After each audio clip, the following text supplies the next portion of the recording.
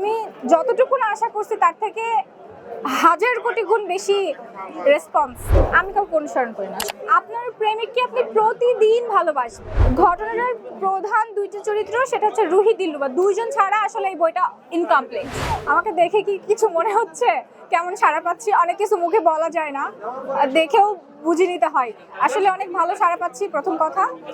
আর হচ্ছে আমিও যে বলতেছিলাম একটু আগে যে আমি যদি আমার ইনবক্সটা আপনাদের দেখাতে পারতাম যে এত এত দোয়ার এত এত উইশেস আসতেছে আমার এই বইটা নিয়ে, আমি যতটুকু না আশা করছি তার থেকে হাজার কোটি গুণ বেশি রেসপন্স। মানে আমি জাস্ট ভাবতেই পারি নাই যে এটা এরকম হয়ে যাবে, এত মিরাকেল হয়ে যাবে। বইটি দিয়ে অনেকে কমেন্ট করছে যে এই বই দিয়ে লেখার বই থেকে চলচ্চিত্র আসলে আরো বেশি ভালো হয় এবং একটি অ্যাডভেঞ্চার বা একটি রহস্যময় ভাব থাকে, মিস্টিরিয়াস ভাব থাকে। তো বইটির সিনেমা কবে আসবে সেটি জানতে কমেন্টে। বাংলাদেশের বাইরের অনেকের সাথে আমার অলরেডি মিটিং হয়েছে। এখনই আমি কিছুই অ্যানাউন্স করব না। ফাইনাল না হওয়া পর্যন্ত আমি আসলে কোনো কিছু বলতে চাই না, এটা হচ্ছে ব্যাপার। বাট হয়তো আপনারা যেটা আশা করছেন সেটা হয়ে যেতেও পারে। আজকে যেহেতু আরেকটি দিবস আছে, আমাদের ভালোবাসা দিবস, সেটির জন্য কি বলবেন দর্শকদের উদ্দেশ্যে? ভালোবাসা নিয়ে কিছু কথা বলতে চাই। আমি আসলে একদমই মানে কি বলবো, রোমান্টিক না আনরোমান্টিক।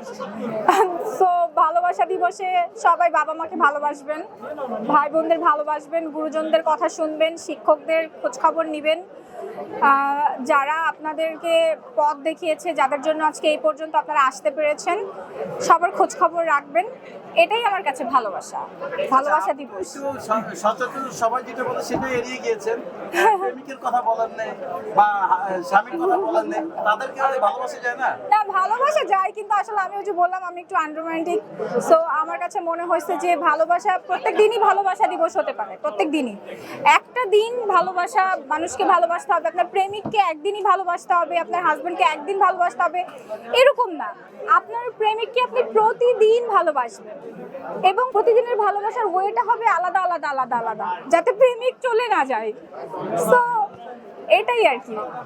আচ্ছা, বইয়ের নাম কেন রুহি দিলরুবা কোথায়, এইটাই কেন চয়েস করলাম? আরো কিছু তো হতে পারতো অনেক কিছুই, কিন্তু আমার কাছে মনে হয়েছে দিলরুবাটা একটা খুব সাহসী ক্যারেক্টার থাকে মাঝখানে যে, এবং দুইটা ক্যারেক্টারের মাঝামাঝি থাকে। একটা প্রথমে ও খুবই একটু আবাল টাইপের থাকে, এরপরে আসলে ও অনেক বেশি থাকে না, নাদান কিছু ওরকম থাকে, অ্যান্ড তারপরে মাঝখানে ওর অ্যাকশন থাকে।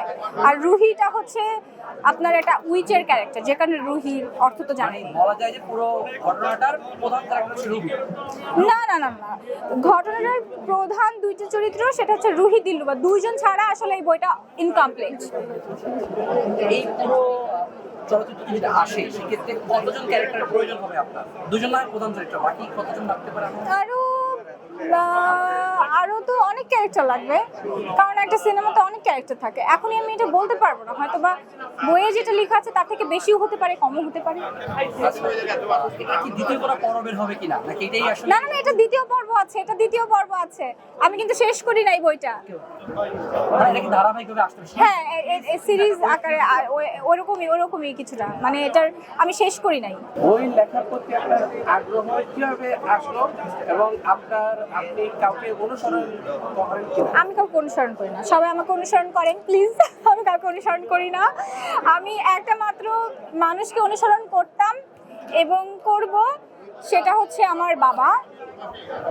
আমি তাকে অনুসরণ করতাম, যদিও সে মানে আমি তাকে অনুসরণ করি। আর আরেকজনকে আমি অনুসরণ করি, সেটা আমি বলতে চাই, না বললে অকৃতজ্ঞ হয়ে যাব। ঢালিউড কুইন অপু বিশ্বাস।